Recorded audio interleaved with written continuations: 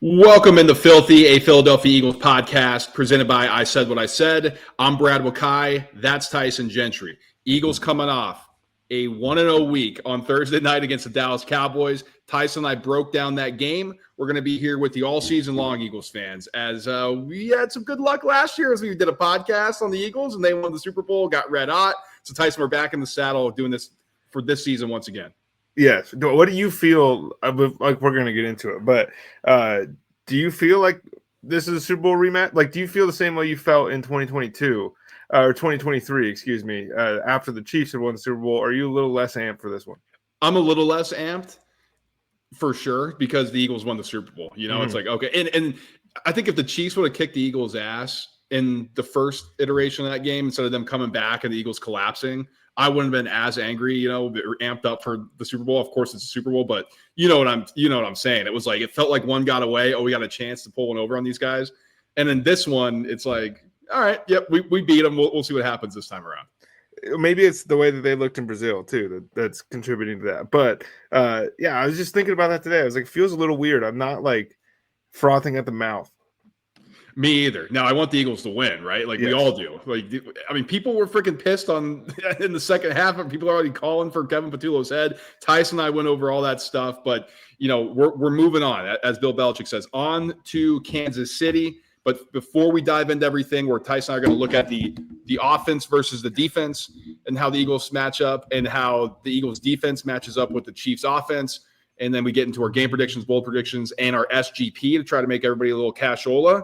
We got to talk about this Tank Bigsby trade because, Howie was going on the long layoff between Thursday Night Football and then coming into Sunday, and he's trying everybody and their mom out.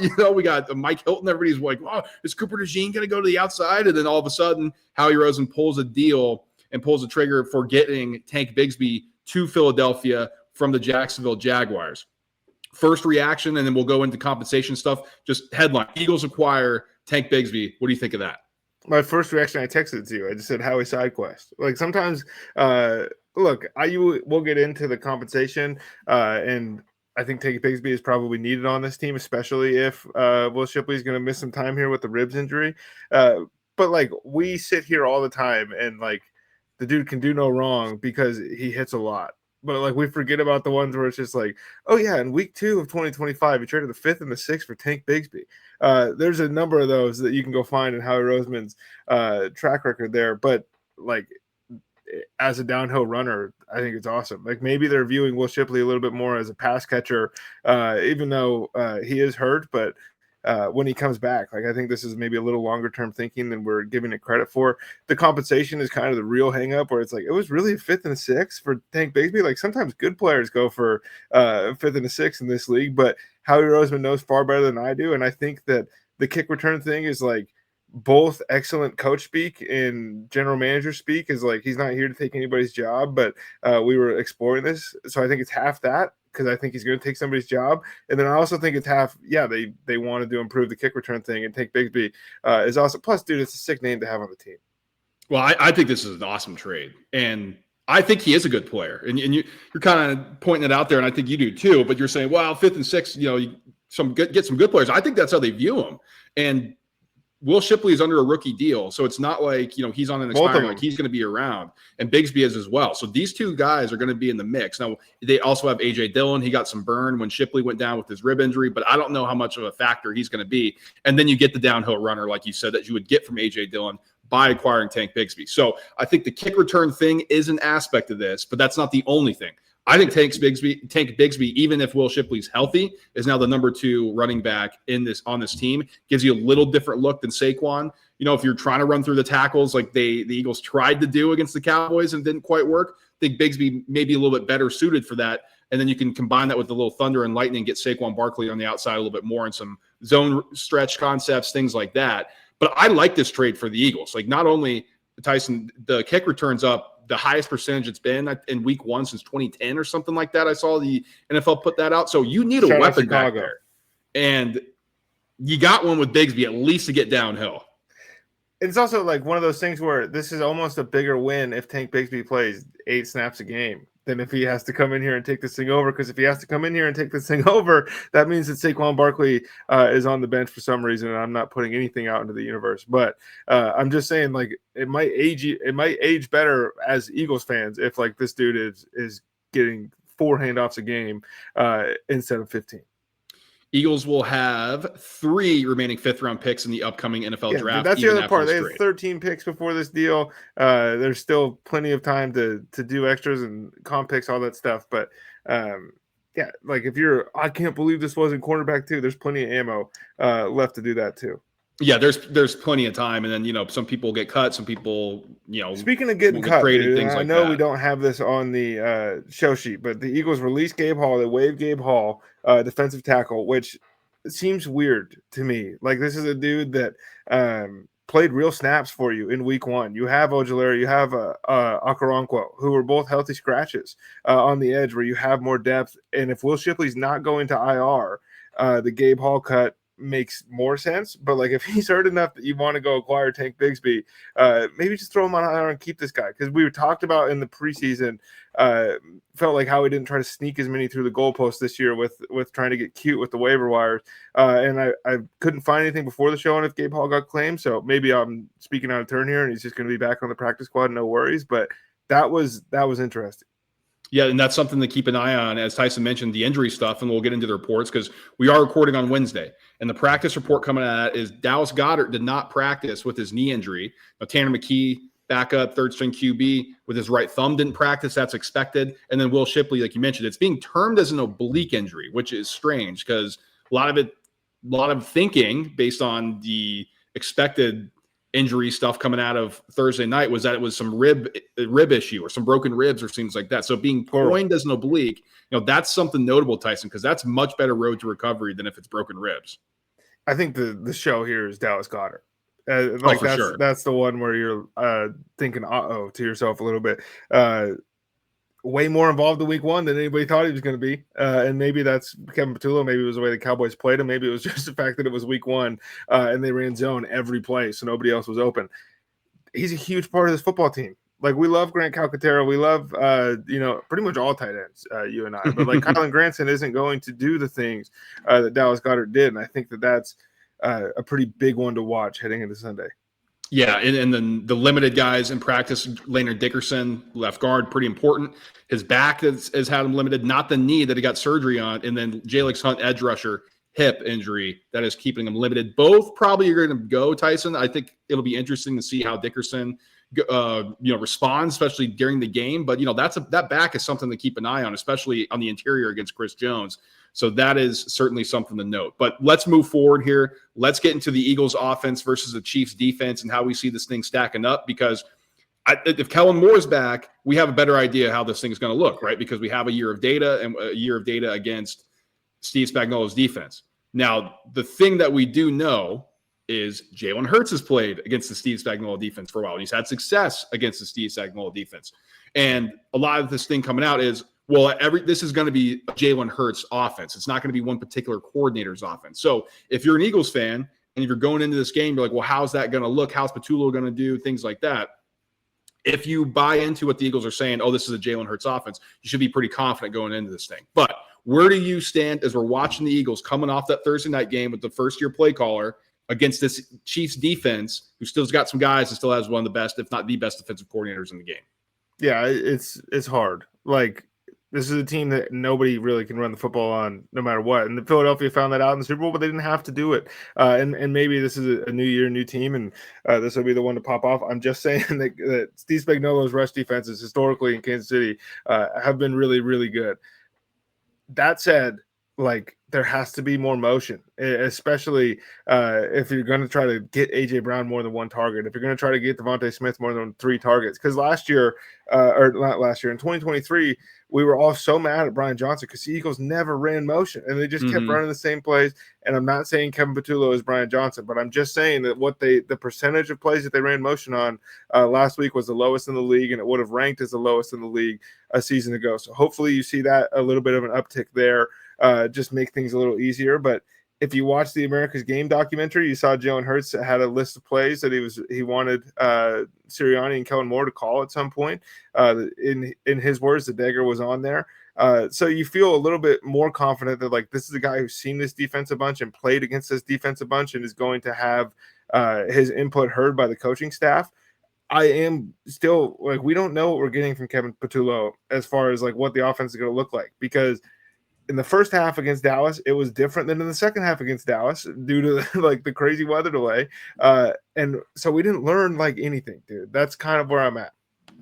Yeah. And Chiefs have the preparation. Justin Herbert was able to shred him up across the middle. I think that was one of the best games that Herbert has had. And so that's something that you note, right? Like if you're the Eagles and you're coming in this thing, what can our weapons do against a Chiefs defense like that? What can our quarterback do against a Chiefs defense? Because the Cowboys didn't go any man.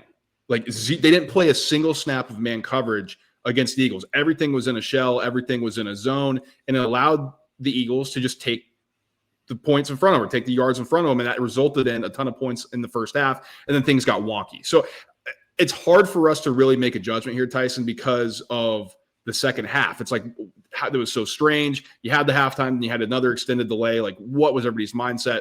So we can only go off the first half. In the first half, I was a fan of what Patullo did. I was a fan of how this offense looked, even without Smitty and even without A.J. Brown involved. And so what can I surmise from that going forward, or what can I surmise from that in this game? I think for sure we're going to have a ton of looks for the wide receivers. One, because Dallas Goedert, I think both you and I are kind of looking at it like, I don't know if he's going to play. And even if he does, I think the wide receiver is going to be involved more often. And if that's the case, we've seen the Eagles have success against the secondary of the Chiefs. And so I think if you're looking at that on paper, you like where the Eagles are at from a passing perspective. Yeah, no doubt. And I think you live with what you get in the run game against Spags. Obviously, we're hoping Saquon goes for 125 and 2 touchdowns and makes life a lot easier for everybody else. But like that's not been the reality for pretty much anybody against this defense. And on the run game, you kind of mentioned it too. Do you expect the Eagles to be able to move the ball on the ground against the Chiefs, or the Chiefs just going to be stout and that's what they do in the trenches? I think they'll be able to move the ball, and maybe it won't be in the most like traditional way. Like this could be another game where we're looking at the end and going, Jalen Hurts looks a little bit more athletic than he did a year ago. He looks faster. I think he's the key again. Yeah, and I think if he's able to use his legs and is willing to use his legs too, I think that's going to open things up because you have, as everybody says, 11-on-11 football instead of 10-on-11 normally in a rushing game. So that's something to keep an eye on. He looked super athletic and fast against the Cowboys. Is that going to translate over to this defense against this coordinator and these guys on that side? So let's flip it. We got the Eagles defense versus the Chiefs offense. It's a Chiefs offense that's without 2 of their key weapons now, with Xavier Worthy suffering a dislocated shoulder, expected to miss this game, won't need IR, won't need surgery. At least that's the latest coming out of Kansas City as we're recording this on Wednesday. But in all likelihood, unless something happens and we're not really seeing anything, Xavier Worthy is going to miss this game. Already without Rashee Rice, so that leaves you with Hollywood Brown, leaves you with Juju Smith-Schuster, and it leaves you with Travis Kelce as your main pass-catching options. That is a tall task for Patrick Mahomes in this offense. When you have Quinyon Mitchell, who can now rotate over and take away Hollywood Brown, if that's your number one guy, or if it's Juju Smith-Schuster, depending on how everything lines up, or if you want to run Travis Kelce in the slot against Zach Bond or against Cooper DeJean, that's a tough ask for Travis Kelce at this stage of his career. So on paper, even with the cornerback 2 issues, even with the pass rushing issues that we saw, now again, that's without Jalen Carter on the field, it looks like the Eagles have the advantage on this side of the football as well. I think so. And I'm pretty confident in saying that the defensive line isn't going to look like it looked in the Super Bowl. So I don't, freak out when they don't have 6 sacks, but I think the defensive line will be able to control the line of scrimmage with Jalen Carter back. And we still haven't seen it yet this season. So it's hard to necessarily speak to, what we think. And what we think is that this dude is the best interior defensive lineman in the NFL. On the corner stuff, we're going to learn a lot more about cornerback 2 again, and that's just going to be a thing. But where do you think Q's going? You think he's sticking on one side of the field, and they're not bothering with any of it? Yeah, no, I think he's going to stick on one side of the field because it's not like you have not even CeeDee Lamb because he's in the slot, but who's an elite threat on the outside? You want to? JJ, Amon-Ra, AJ, some of those guys. So I think he's going to stick in one field, Tyson. I think that actually could help somebody on the other side. Now, maybe, Patrick Mahomes can just target that side of the field, so maybe it's not great, like if he gets in the rhythm. But if you only target one half of the field, that's a win for the Eagles because you split literally the field in half, and that's a huge win. And if that side of the field happens to be where Drew Makuba is, maybe things will start shaking. Dude, I'm so excited to watch this kid play again. I'm really excited to watch Jahad Campbell. Just him in a bear cover 2, turning and running up the seam and breaking a pass play up in your first NFL game is crazy. Like the fact that now Zach Bond gets to rely more and more on that instinct that we saw a year ago that kind of just made him into an all-pro, should have been defensive player of the year, and we're going to die on that hill here on this podcast. But I'm excited to watch these guys another week. And like, again, there's just some things that we don't quite know about this Eagles defense, but this Kansas City offense looked not like what we expected in week 1, and it was a little different because Xavier Worthy goes out right away. But I'm talking about Isaiah Pacheco takes the first snap at running back. And then Brashard Smith, the rookie, comes in and takes the second snap at running back. And then Kareem Hunt comes in and takes the third snap at running back. What? Yeah. That's not what we thought we were getting. No, and you, especially because you think Pacheco is going to be the lead guy, right? Coming back from his injury, and he played so well when the Chiefs won the Super Bowl. And since that injury, it hasn't looked the same. But, I mean, Kareem Hunt, that's just not a guy in 2025 that you can rely on to be a bell cow. They're not. It's crazy it's a guy in 2025, to be honest with you. Exactly. And that's the concern I think you have if you're the Chiefs, or at least in this matchup too. The Eagles, yes, they can show some weakness against the rush, but Javonte Williams scored 2 touchdowns, but he had like 30 yards. Like a lot of that was bottled up, and Jalen Carter didn't play. Like, I don't know. Like, people are saying this defense stinks and it's going to get shredded up. Well, we'll see this week with Jalen Carter on the field. Now, Tyson, I will say, though, this offensive line for Kansas City doesn't look any improved comparatively to last year, but the Eagles also don't have Josh Sweat. They also don't have I'm sorry, brother. I'm drawing a Milton Williams. Yeah, sorry, Milton. I completely forgot. They don't have him up the middle, right? So it's different names, different faces, and it's lack of experience, I think, is the biggest thing. Now, can Jalix Hunt turn into what Josh Sweat was last year? Can Nolan Smith do the same things that he did in the playoff run? That's what you're looking for here.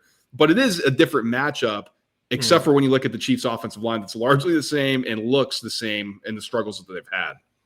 And, well, I mean, maybe Ty Robinson gets burned. Like, maybe that was related to the Gabe Hall wave. Like, he was a healthy scratch in week 1. Defensive tackle out of Nebraska apparently was turning heads in camp, all that stuff. So, like, we're gonna get acquainted with these guys soon. Why do you think the NFL put this week 2? What do they know? They know that, like, why they're just trying to keep eyeballs. I don't know. That's a good question. But they want eyeballs on every single week. You know how these guys work. That's true. All right, let's get into some game predictions here, Tyson. The Eagles got to go on the road, and that's what people are looking at. Okay, Kansas City 0-1. They got a host now. I'm looking at this thing like they're coming back from Brazil. Eagles are off a long week, too, and people are pointing to the Andy Reid advantage. The Eagles are damn good under Sirianni, too, with preparation. And I think the Eagles are going to go into Arrowhead, and they're going to win this game. They have a better roster. Yes, they don't have the better quarterback. They don't have the better coach. But top to bottom, I mean, Matt Nagy is the offensive coordinator. I know we always say Andy Reid, but if Nagy's calling plays, it's like, dude, I don't know. It just hasn't looked good. And then defensively, I think it's a wash from the coordinator perspective. And so then I'm going to look at things from a talent perspective.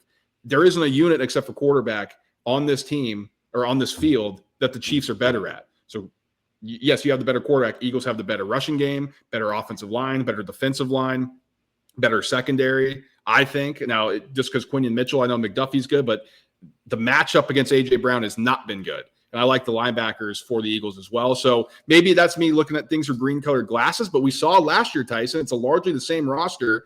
This Eagles team just bludgeons who they face, and I don't see it stopping here even in Kansas City. I'm going to quote one of the greatest philosophers of our time. 2019, Ed Ogeron, after the LSU Tigers had beaten the Alabama Crimson Tide, said, we're going to beat their ass in the field. We're going to beat their ass in recruiting. We're going to beat their ass every time we see them. And I think that's the way the Philadelphia Eagles might be approaching this Kansas City Chiefs team. And that's just, the gut feeling I have. This dude, they're a bunch of psychopaths. These guys don't want to go out and watch the banner come down. They want to go add another one.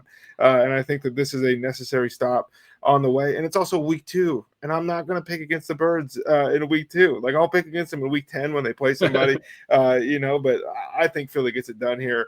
I know it's impossible to go into Arrowhead and win, and Mahomes is going to close as an underdog at home for the second time. And how does all this play out? I don't think it matters. I got the Birds. Bold predictions. So Tyson and I last week, he had Quinion Mitchell with an interception. Should have happened. I mean, let's just come on, In Quinion. I thought you were working on your hands, man. I had Jahan Dotson touchdown. I'm going to give us both half credit here because Quinion Mitchell should have picked the ball off, and Jahan Dotson had the 50-yard bomb. I mean, and caught. I mean, that was awesome. So we don't get it, actually. I'm being facetious. But Tyson and I at least had some sort of right read on that. I'm going to defer to you here. What is your bold prediction for when the Eagles play the Chiefs on Sunday? I think we come back on here next week and we say, I think that's the best regular season game Jalen Hurts has ever played. Okay. So I don't know. 300 TD, Yeah, 300 yards. I'm thinking I'll give stats to maybe go along. I bet I think Jalen Hurts is going to combine for 315 total yards of offense. Jalen Hurts is going to combine for 3 touchdowns. All right. This week. Jalen Hurts is going to destroy the Kansas City Chiefs. And then maybe, just maybe, this one will count for something. 315 total yards. That's passing and rushing, and 3 total touchdowns, passing and rushing. There for Jalen Hurts. It's Tyson's bold prediction. I like it. I mean, well, dude, apparently he sucks. That's what everybody says. So, I mean, he can't throw for 300 or produce 300. So we'll see what he does. But I like it. That's bold. Bold prediction for me. Jalen Carter, strip sack. Ooh. Coming up the middle. We saw him disrupt in the Super Bowl. So maybe this isn't too bold. But I think he's going to be itching to make an impact. I think he's going to be itching to make a play. And he's going to strip sack Patrick Mahomes, and the Eagles are going to recover it. I love that. I think that would be really, really fun. I'm looking up the referee assignments right now see. Yeah. Let's see. Alex Kemp and his crew. I don't know what the Eagles record is with him. I'm not sure either, but he's not the worst. He doesn't boil my blood like some of the other zebras out there. The Eagles are 1-4 in games refereed by Alex Kemp as of November 2024 with 158 to 129 point deficit. This is an AI overview, so it could be completely wrong. This might just not be what it is. I need to learn that you can't read this stuff. 2023, he was the ref against the Niners. So this is the dude that kicked out Big Dom, dude. All right. You know what? It's just been so long. It's been so good in the Eagles world, Tyson. Some of that stuff is like water off the shoulder or water under the bridge now. And so I don't know, but maybe Alex Kemp's back to my public enemy list. I'm not sure when it comes to the officials. So we'll see if he can keep it in gear. Yeah, I mean, I don't need to keep hammering on this thing. It just says the Eagles have been flagged by Kemp's crew more often for false starts, offensive holding, and face mask penalties. Oh, all right. Well, let's keep an eye on that because Eagles don't really get called for a lot of holdings. So that's something. But maybe, Tyson, it goes to the other side, too, because we know the Chiefs like to get grabby. I mean, we'll see. This is all facetious, and the referee assignment doesn't necessarily, have any impact on the game. That's kind of the goal, but we know that it does sometimes. You just said Jalen Carter strip sack, and my mind immediately went to when he punched Pat Mahomes in the face in the Super Bowl, and the NFL is going to get him back. Yeah, some sort of flag here. Okay, bold predictions from Tyson and I. Let's close out here.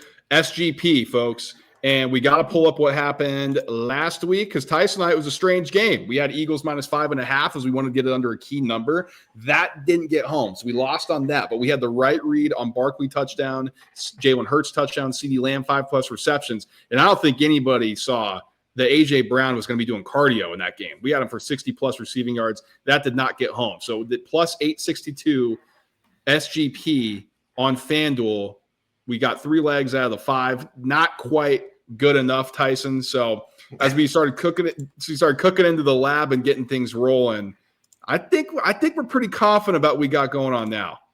I mean, we better be.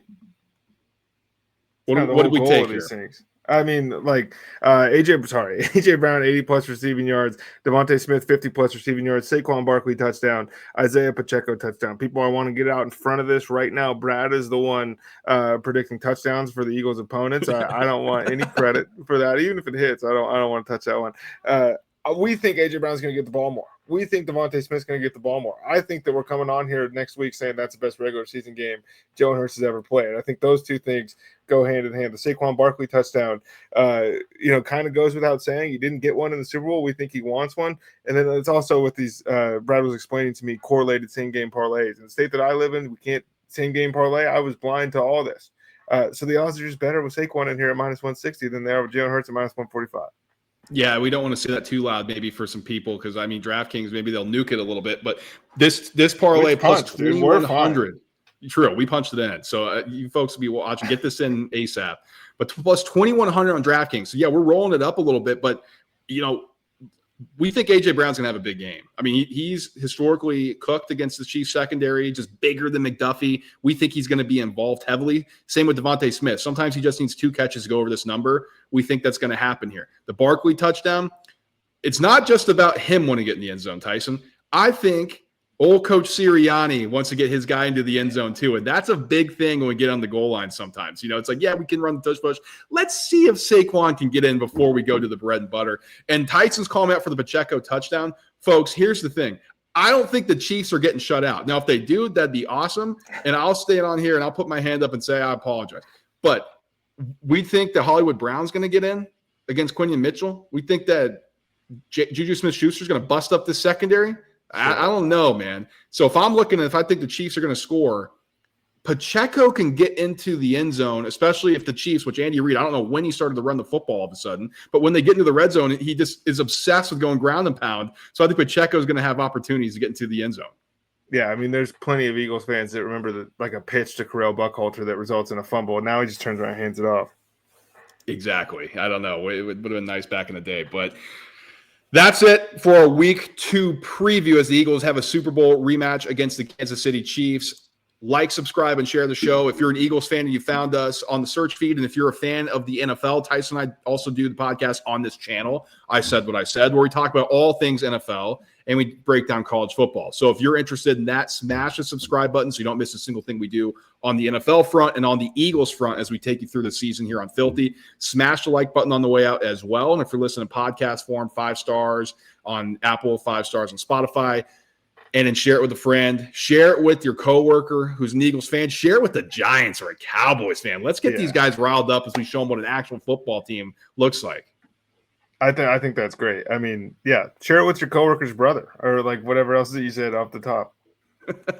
That's going to do it here for Philthy. We appreciate you guys tuning in. We will talk to you when we talk to you. Peace.